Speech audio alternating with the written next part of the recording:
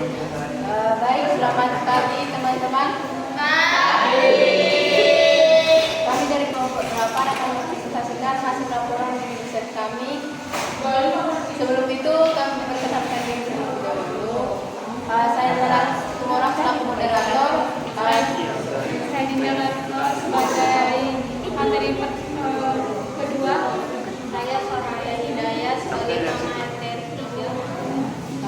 Saya seorang selaku moderator dan juga materi 4. Baik, tak berlama-lama di sini kami akan membacakan hasil laporan kami. Latar belakang. Layanan bimbingan dan konseling merupakan proses layanan bantuan yang diberikan oleh pembimbing atau guru bimbingan dan konseling atau konselor kepada siswa melalui hubungan timbal balik antara keduanya dalam upaya pencapaian perkembangan secara optimal. Identifikasi masalah, yaitu yang pertama ada kekurangan jumlah guru bimbingan dan konseling yang memadai untuk menangani semua siswa. Yang kedua, kurangnya fasilitas dan sumber daya yang diperlukan untuk melaksanakan layanan bimbingan dan konseling secara efektif. Yang ketiga, kesulitan menangani siswa yang melanggar aturan. Rumusan masalah itu ada pengertian manajemen, pengertian bimbingan konseling, pengertian manajemen bimbingan konseling, fungsi manajemen bimbingan dan konseling di sekolah, bagaimana manfaat manajemen bimbingan dan konseling di sekolah, dan bagaimana peranan BPK dalam proses manajemen. Baik, selanjutnya saya serahkan kepada pemateri kedua. Di sini adalah dasar teori dan hipotesis. Pertama ada pengertian manajemen. Manajemen berasal dari bahasa Inggris dengan kata kerja yang secara berarti mengurusi. Dalam arti khusus manajemen dipakai sebagai pemimpin dan kepemimpinan, yaitu orang-orang yang melakukan kegiatan pemimpin. Proses tersebut terdiri dari kegiatan-kegiatan manajemen, yaitu perencanaan, perorganisasian, pengarahan, dan pengawasan. Manajemen adalah menyangkut dua orang atau lebih, dan seterusnya itu dapat diartikan bahwa di antara dua orang atau lebih itu ada orang menyuruh atau menggunakan orang atau orang-orang lain untuk mendapatkan hasil yang ini. Akan tetapi sebaliknya ada orang atau orang-orang yang disuruh atau digunakan dalam upaya pencapaian suatu tujuan tertentu. Yang kedua, pengertian bimbingan dan konseling. Bimbingan dan konseling merupakan upaya proaktif dan sistematik dalam memfasilitasi individu mencapai tingkat perkembangan yang optimal dan peningkatan fungsi atau manfaat dalam lingkungannya. Semua perubahan perilaku tersebut merupakan proses perkembangan individu, yakni proses interaksi antara individu dengan lingkungan melalui interaksi yang sehat dan produktif. Yang ketiga ada pengertian manajemen bimbingan dan konseling di sekolah. Manajemen bimbingan dan konseling merupakan proses perencanaan, berorganisasian, pengarahan, dan pengawasan aktivitas pelayanan bimbingan dan konseling. Manajemen bimbingan dan konseling di sekolah bertujuan untuk memfasilitasi fungsi bimbingan dan konseling mulai dari perencanaan, perorganisasian, pelaksanaan hingga evaluasi untuk mencapai tujuan bimbingan dan konseling yang efektif dan efisien dengan memanfaatkan berbagai sumber daya yang ada. Yang keempat ada fungsi manajemen bimbingan dan konseling. Yang pertama ada fungsi perencanaan, yaitu atau pemikiran apa yang akan dikerjakan dengan sumber yang dimiliki. Yang kedua ada fungsi perorganisasian. Orang perorganisasian dilakukan dengan tujuan membagai suatu kegiatan besar menjadi kegiatan-kegiatan yang lebih kecil.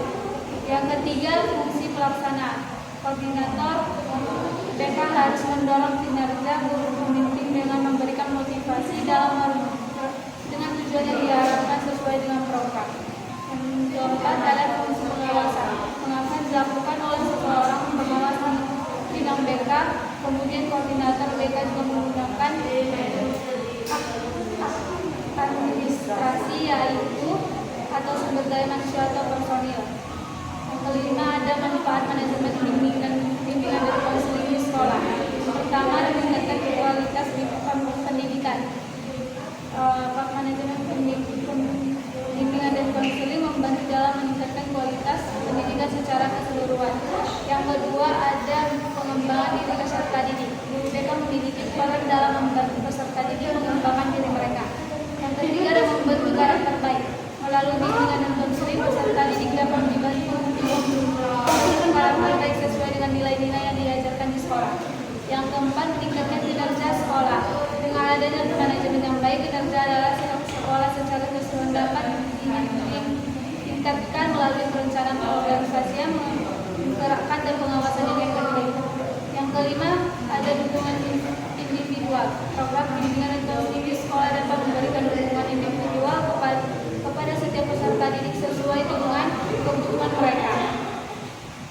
Yang keenam, ada peran guru BK dalam proses manajemen. Pertama, sebagai demonstrator, karena sebagai demonstrator guru bimbingan dan konseling hendaknya senantiasa menguasai bahan atau materi bimbingan yang akan diajarkan. Yang kedua, ada sebagai pengelola kelas. Pada saat bimbingan dalam ruangan kelas, maka seorang guru bimbingan dan konseling juga dituntut mengelola kelas. Yang ketiga, ada sebagai mediator dan fasilitator. Guru bimbingan dan konseling sebagai mediator hendaknya memiliki pengetahuan pemahaman yang cukup tentang media pendidikan, karena pendidikan merupakan komunikasi untuk lebih mengefektifkan proses pendidikan. Yang keempat, ada sebagai evaluator. Peran sebagai evaluator, guru mempunyai otoritas untuk menilai presentasi peserta didik dalam bidang akademis maupun tingkah laku solusinya. Yang kelima, ada sebagai administrator. Artinya sebagai orang yang melakukan tugas-tugas administrasi. Untuk administrator ini hendaknya dibebankan kepada pimpinan atau kepala, melainkan juga kepada semua tenaga pengajar untuk mampu bertindak sebagai administrator, terutama dalam tugas-tugas pendidikan dalam pendidikan yang tempat.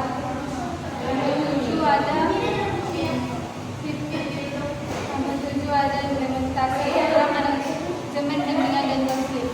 Kegiatan manajemen bimbingan dan konseling harus dilaksanakan secara kolaboratif antara konselor dengan seluruh konstitusi yang terlibat dan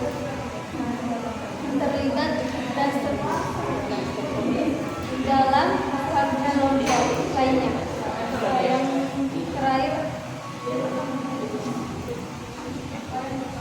Yang terakhir ada hipotesi.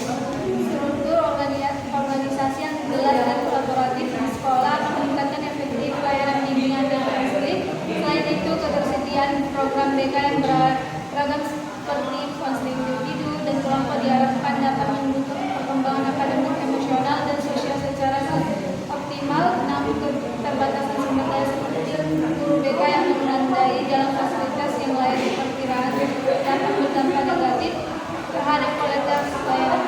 Saya kembalikan ke moderator. Baik, terima kasih kepada peneliti kedua. Selanjutnya akan dijelaskan oleh peneliti ketiga. Saya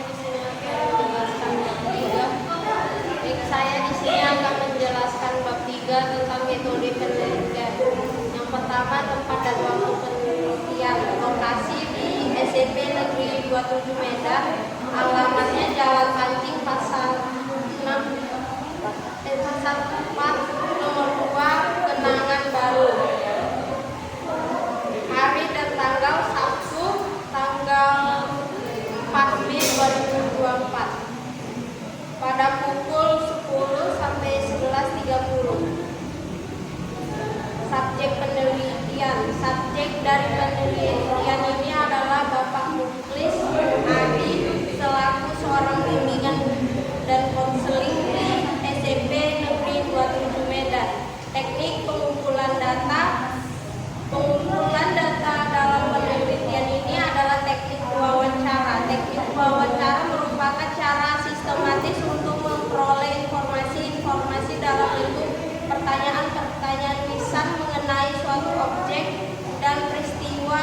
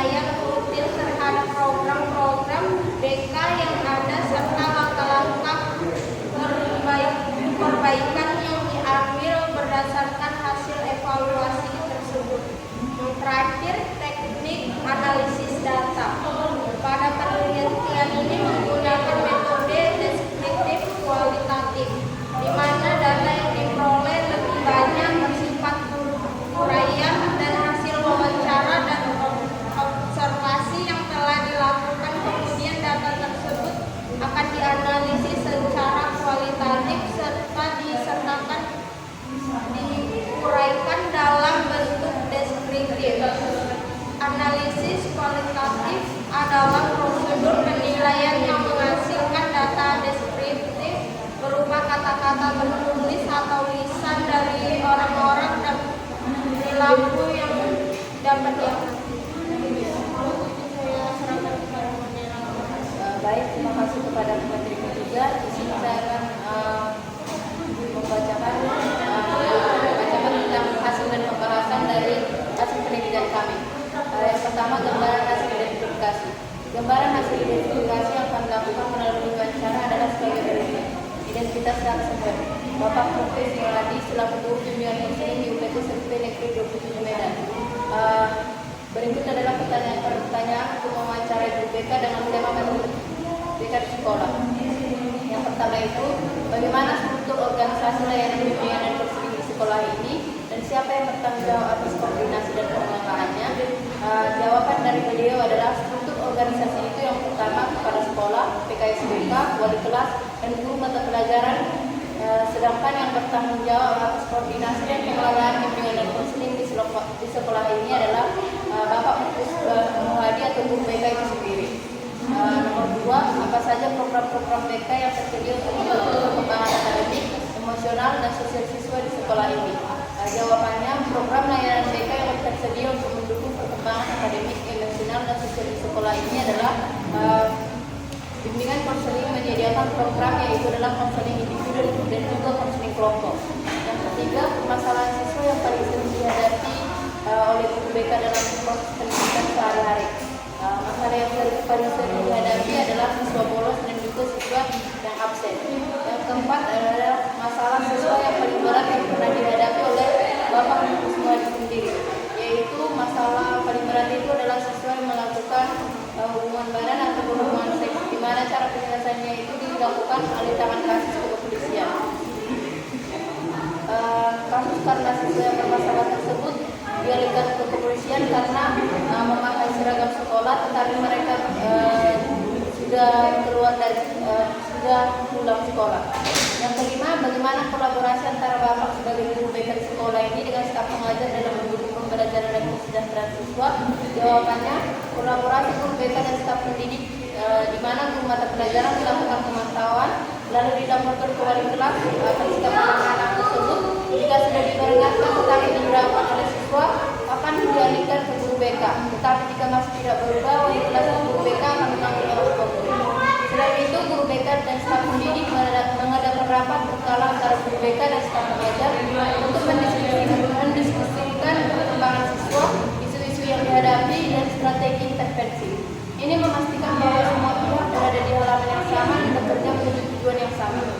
Pertanyaan yang keenam ada, apakah terdapat program pelatihan dan pengembangan profesional guru BK untuk meningkatkan kemampuan Bapak dalam pengembangan kemampuan dan memberikan layanan bimbingan dan konseling yang lebih berkualitas? Jawabannya adalah penyediaan layanan salah satu program dan pelatihan dan pengembangan profesional yang Bapak semua didapatkan yaitu adalah program pelatihan guru BK yang disediakan oleh Kapolres Medan contohnya. Yang ketujuh, pertanyaan yang ketujuh ada penyediaan layanan BK yang menurut Bapak masih kurang di sekolah ini untuk mendukung layanan bimbingan dan konseling. Jawabannya adalah penyediaan layanan BK yang kurang yaitu masih ada kekurangan sumber daya seperti guru BK, karena guru BK hanya ada satu orang di sekolah tersebut yang membantu. Ada guru olahraga tetapi beliau bukan jurusan bimbingan dan konseling. Yang pertanyaan ke-8, bagaimana ketersediaan peralatan layanan konseling di sekolah ini, Pak? Apakah sudah lengkap? Jawabannya adalah peralatan bimbingan dan konseling di sekolah ini sudah lumayan lengkap. Yang kurang itu adalah sekolah ini tidak memiliki ruang konseling individu. Jadi hanya ada ruang konseling umum atau konseling kelompok saja. Sehingga terkadang saat melakukan konseling individu masih kurang maksimal. Pertanyaan ke-9, apakah ruang bimbingan di konseling di sekolah ini sudah sesuai standar kompetensi, Pak? Jawabannya adalah ruang bimbingan di konseling di sekolah ini sudah sesuai standar kompetensi wilayah sekolah tersebut. Yang pertanyaan ke-10, apa saja ketersediaan aksesibilitas atau peralatan bimbingan dan konseling di sekolah ini? Jawabannya adalah ketersediaan aksesibilitas atau peralatan yaitu ada kursi, meja, satu whiteboard, lemari satu, dan juga 3 komputer. Pertanyaan ke-11, apakah terdapat evaluasi atau penilaian rutin terhadap program BK yang telah dilakukan atau dilaksanakan? Jawabannya ada, yaitu evaluasi kegiatan BK itu dilakukan setiap bulan sekali. Siswa akan dievaluasi dengan menggunakan AUM atau alat uji mental umum yang dilakukan di awal tahun ajaran baru. AUM ini digunakan untuk mengetahui minat dan bakat siswa setiap tahun. Pembahasan. Berdasarkan hasil wawancara dengan Bapak Ibu Bupati, guru bimbingan dan konseling BK di UPT SMP Negeri 20 Medan, kami memperoleh sejumlah temuan yang menggambarkan manajemen BK di sekolah ini. Berikut adalah pembahasan dari hasil identifikasi tersebut. Yang pertama, struktur organisasi layanan BK. Bapak Muhadi menjelaskan bahwa struktur organisasi BK di sekolah ini melibatkan kepala sekolah, wakil kepala sekolah, bidang BK, wali kelas, dan guru mata pelajaran. Struktur ini menunjukkan adanya koordinasi yang jelas di antara berbagai pihak yang terlibat dalam proses bimbingan dan konseling. Hal ini penting untuk memastikan bahwa layanan BK dapat berjalan dengan efektif dan mencapai semua siswa yang membutuhkan bantuan. Yang kedua, program BK. Program BK di sekolah ini meliputi konseling individu dan kelompok. Program ini bertujuan untuk mendukung program perkembangan emosional dan sosial siswa. Konseling individu memberikan perhatian khusus kepada siswa yang memiliki masalah pribadi, sedangkan konseling kelompok memfasilitasi diskusi dan pemecahan masalah bersama. Kedua jenis layanan ini esensial dalam membantu siswa mengatasi berbagai kesalahan yang terjadi. Selanjutnya akan dijelaskan oleh Yang ketiga ada masalah yang dihadapi. Masalah yang paling sering dihadapi oleh guru BK adalah siswa yang bolos dan absen. Ini menunjukkan bahwa ada kebutuhan untuk mendekatkan yang lebih efektif dalam mengatasi itu disiplin dan keterampilan siswa. Program pencegahan dan intervensi yang lebih kuat mungkin diperlakukan untuk mengurangi tingkat ketidakadilan siswa. Keempat, ada masalah berat yang dihadapi. Kasus berat yang dihadapi adalah siswa yang terlibat dalam hubungan seksual di sekolah. Penanganan kasus ini memerlukan ahli-ahli kepolisian karena kejadiannya di luar kewenangan sekolah. Ini menunjukkan tantangan besar yang dihadapi sekolah dalam mengenai masalah yang melibatkan aspek hukum dan moral. Yang kelima ada kolaborasi dengan staf pengajar. Kolaborasi antara guru BK dan staf pengajar berjalan dengan baik. Guru mata pelajaran memantau perilaku siswa dan melaporkannya kepada wali kelas dan guru BK. Jika masalah berlanjut, orang tua siswa dipanggil untuk berdiskusi rapat berkala antara guru BK dan staf pengajar memastikan adanya sinergi dalam menangani isu siswa dan perencanaan intervensi yang efektif. Yang ketujuh ada program pelatihan dan pengembangan profesional. Guru BK di sekolah ini mengikuti program pelatihan yang disediakan oleh Kapolres Medan. Ini menunjukkan adanya upaya untuk meningkatkan kompetensi guru BK melalui pengembangan profesional. Pelatihan ini penting untuk memastikan bahwa guru BK memiliki keterampilan dan pengetahuan terbaru dalam bidang konseling.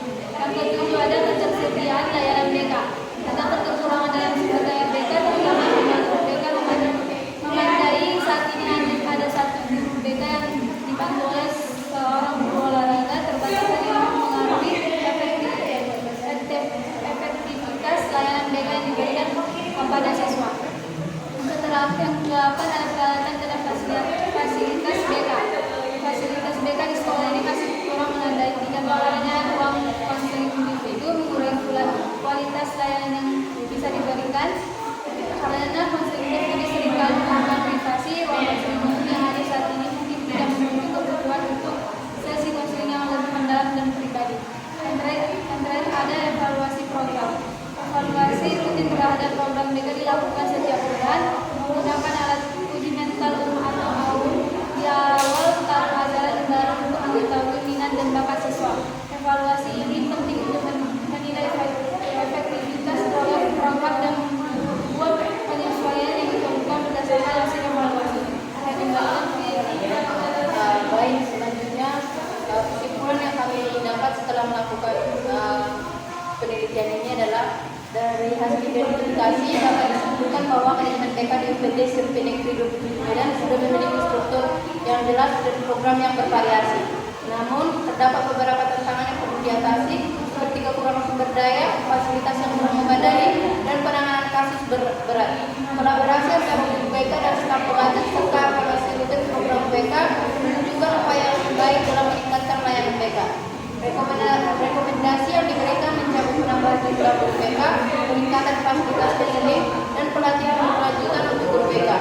Implementasi rekomendasi ini diharapkan dapat meningkatkan kualitas layanan UPK dan mendukung perkembangan siswa secara optimal. Baik, sekian dari hasil presentasi tentang laporan mini riset kami. Jika ada kesalahan kata, mohon maaf. Terima kasih.